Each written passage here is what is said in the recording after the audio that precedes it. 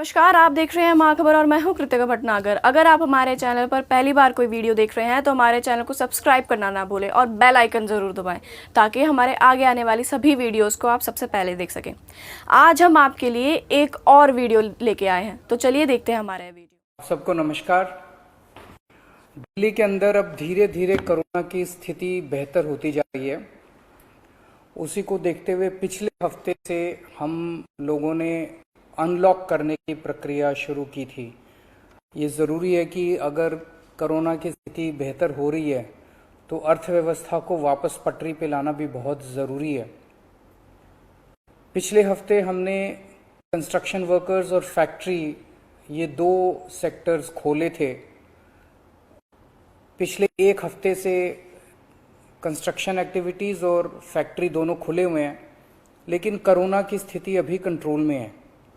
पिछले 24 घंटे में लगभग 400 के करीब केस आए हैं। 500 से भी कम हो गए अब केसेस।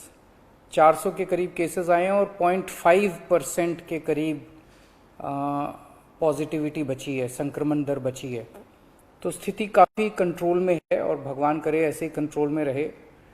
तो ये वाला जो लॉकडाउन पिछले हफ्ते ऐलान किया था वो सोमवार को सुबह 5 बजे तक है।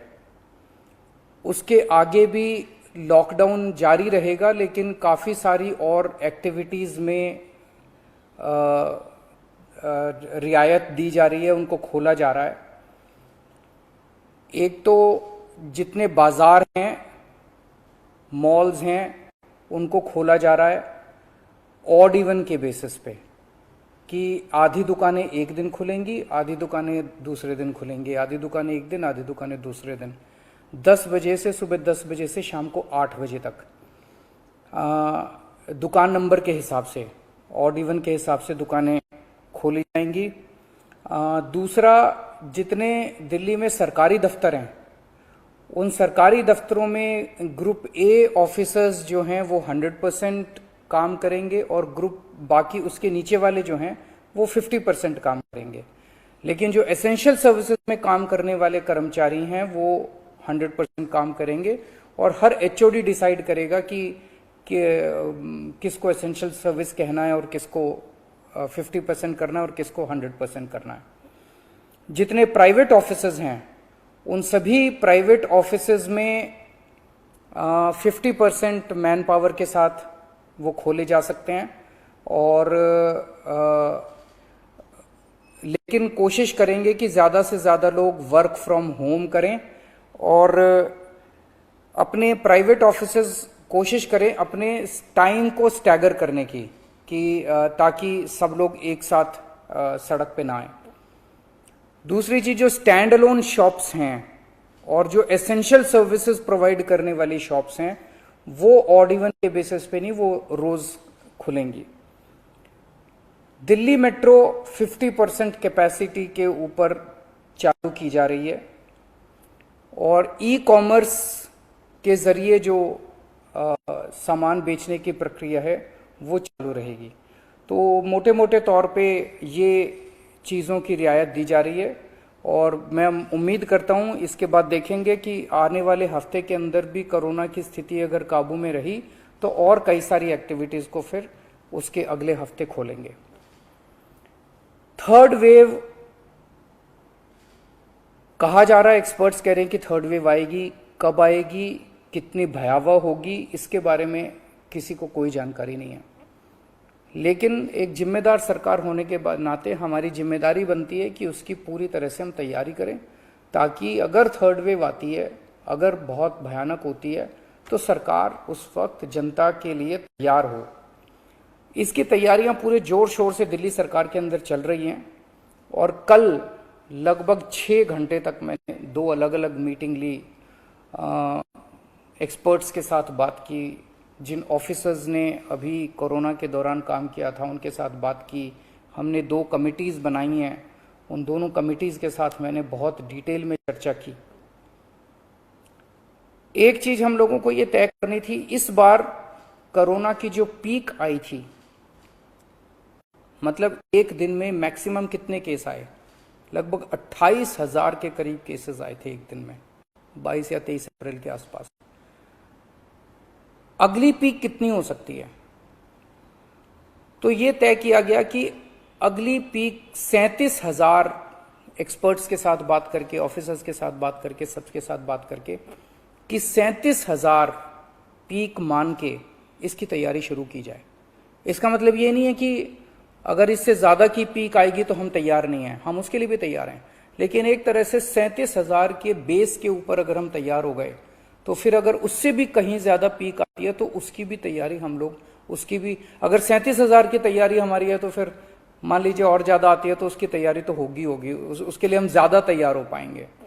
तो 37,000 को एक तरह से बेस माना जा रहा है। 37,000 की पीक की तैयारी के हिसाब से अब सारे कैलकुलेशंस किए जा रहे हैं कि अगर 37,000 की पीक आती है तो कितने बेड्स की जरूरत पड़ेगी, कितने आईसीयू की जरूरत पड़ेगी, कितने उसमें से बच्चों वाले होने चाहिए, कितनी ऑक्सीजन की जरूरत पड़ेगी, ये सारी चीजें, अब कितनी दवाइयों की जरूरत पड़ेगी, ये सारी चीजें अब कैलकुलेट की जा रही हैं। एक पीडियाट्रिक टास्क फोर्स अलग से बनाई गई है। वो पीडियाट्रिक टास्क फोर्स ये तय करेगी कि जितने हमारे ऑक्सीजन बेड्स होंगे उसमें से कितने बच्चों के होने चाहिए, जितने आईसीयू बेड्स होंगे उसमें से कितने बच्चों के होने चाहिए।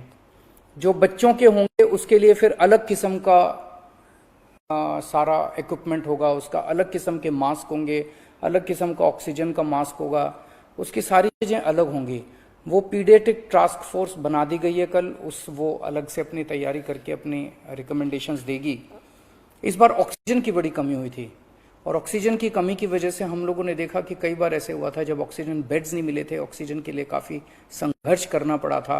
अल्टीमेटली अपने को सुप्रीम कोर्ट के इंटरवेंशन के बाद, केंद्र सरकार के सहयोग से अपने को ऑक्सीजन मिली, लेकिन जब तक ऑक्सीजन नहीं मिली तब तक दिल्ली में त्राही त्राही मच गई थी। अगली वेव अगर आती है तो हम नहीं चाहते कि इस तरह की दिल्ली के अंदर त्राही त्राही मचे, तो ये तय किया गया, इसकी तैयारी शुरू कर दी गई। 420 टन ऑक्सीजन की स्टोरेज कैपेसिटी तैयार की जा रही है। इंद्रप्रस्थ गैस लिमिटेड से बात की गई है और उन्हें 150 टन ऑक्सीजन प्रोडक्शन का प्लांट, 420 टन ऑक्सीजन तो स्टोरेज कैपेसिटी क्रिएट की जा रही है और 150 टन ऑक्सीजन प्रोडक्शन करने के लिए उनको प्लांट लगाने के लिए कहा गया है। उन्होंने कहा 18 महीने लगेंगे, लेकिन जो भी है शुरुआत कहीं ना कहीं तो अपने को करनी पड़ेगी। इसके अलावा इस बार सबसे बड़ी दिक्कत आई थी टैंकरों की। ऑक्सीजन के टैंकर नहीं थे दिल्ली में, दिल्ली इंडस्ट्रियल स्टेट नहीं है, इसीलिए अपने पास ऑक्सीजन टैंकर है ही नहीं दिल्ली में। तो 25 ऑक्सीजन टैंकर्स खरीदे जा रहे हैं ताकि अगर इस तरह की दिक्कत आए ऑक्सीजन की तो हमारे पास अपने टैंकर होने चाहिए। 64 छोटे छोटे ऑक्सीजन के प्लांट्स लगाए जा रहे हैं, वो ऑलरेडी लग रहे हैं और हमें उम्मीद है कि अगले कुछ हफ्तों के अंदर, 1-2 महीने के अंदर ये 64 ऑक्सीजन प्लांट्स लग के तैयार हो जाएंगे। अब ये जो हमने डिसाइड किया कि 37,000 केसेस की पीक के हिसाब से हम काम करेंगे, तो उसके हिसाब से तय किया जाएगा कि कितने ऑक्सीजन बेड्स की जरूरत होगी, कितने आईसीयू बेड्स की जरूरत होगी। उसके हिसाब से फिर तय किया जाएगा कितने ऑक्सीजन सिलेंडर्स की जरूरत होगी। जैसे अभी थोड़े दिन पहले हमने 6,000 सिलेंडर चाइना से इंपोर्ट किए थे, तो और कितने ऑक्सीजन सिलेंडर्स की जरूरत होगी और कितने ऑक्सीजन कॉन्सेंट्रेटर्स की जरूरत होगी। अगले आने वाले 1-2 महीने के अंदर ढेर सारे ऑक्सीजन कॉन्सेंट्रेटर्स दिल्ली सरकार खरीदने जा रही है। दवाइयों को लेकर 2 अहम निर्णय किए गए। एक तो ये कि इस वेव में ये देखा गया कि व्हाट्सएप खूब तेजी से, व्हाट्सएप के ऊपर दवाइयां खूब तेजी से प्रिस्क्राइब की जा रही थी और उसके ऊपर मतलब बात फैल जाए कि ये दवाई बड़ी अच्छी है तो पूरे समाज के अंदर, पूरे शहर के अंदर, पूरे देश के अंदर उस दवाई की अफरा तफरी मच जाती है। तो एक डॉक्टर्स की और एक्सपर्ट्स की टीम बनाई जाएगी। अगर किसी दवाई की डिमांड होती है तो वो डॉक्टर्स एग्जामिन करके बताएं कि इस दवाई से कोरोना में फायदा होगा कि नहीं होगा। अगर डॉक्टर कहते हैं होगा तो सरकार उस दवाई को मुहैया कराने की कोशिश करेगी, और डॉक्टर अगर कहते हैं कि ये दवाई बिल्कुल बेकार है, इससे कोरोना में कोई फायदा नहीं होगा और लोग इसके पीछे भागना बंद करें, तो जनता को उसके बारे में जागरूक किया जाएगा कि इस दवाई के पीछे भागना बंद कीजिए। एक ये। दूसरा, जो जो इंपॉर्टेंट दवाइयां हैं उनकी लिस्टें बना ली गई हैं, उसका कितना बफर, कितना स्टॉक चाहिए होगा उतना बफर स्टॉक क्रिएट किया जाएगा। एक्सपायरी डेट्स किस दवाई की कितनी है, एक्सपायरी डेट्स को ध्यान में रखते हुए उन सभी दवाइयों का बफर स्टॉक क्रिएट किया जा रहा है, ताकि अगर जरूर, और प्राइवेट अस्पतालों के भी आदेश दिए जा रहे हैं कि वो भी अपने बफर स्टॉक्स इस तरह से तैयार रखें ताकि अगर महामारी आती है तो हम उसके लिए तैयार रहें। इसके अलावा 2 जीनोम सीक्वेंसिंग लैब्स बनाई जा रही हैं एलएनजेपी हॉस्पिटल में और आईएलबीएस में, ताकि हमें भी पता रहे कि दिल्ली के अंदर जो भी वेरिएंट आ रहा है वो वेरिएंट कौन सा वेरिएंट है, पुराने वाला है या कोई नया वेरिएंट आ गया है, और हमें इस बारे में क्या एहतियात बरतने की ज़रूरत है, हम एक्सपर्ट से पूछ सकते हैं। तो ये बहुत सारी चीज़ें कल चर्चा हुई, ये कुछ चीज़ें मैंने आपको बताई हैं और आपको यही आश्वासन देना चाहता हूं कि आपकी सरकार पूरी तरह से 24 घंटे लगी हुई है इसमें। मैं उम्मीद करता हूं कि अब कोई तीसरी वेव नहीं आनी चाहिए, उसके पहले हम कोशिश करेंगे अपने लोगों को वैक्सीनेट कर दें, लेकिन अगर तीसरी वेव आती है तो लोगों को तकलीफ नहीं होनी चाहिए, इसके बारे में हम पूरी कोशिश करेंगे। नमस्कार। तो ये थी हमारी वीडियो, इसे लाइक करें, कमेंट करें, शेयर करें और बने रहिए महाखबर के साथ।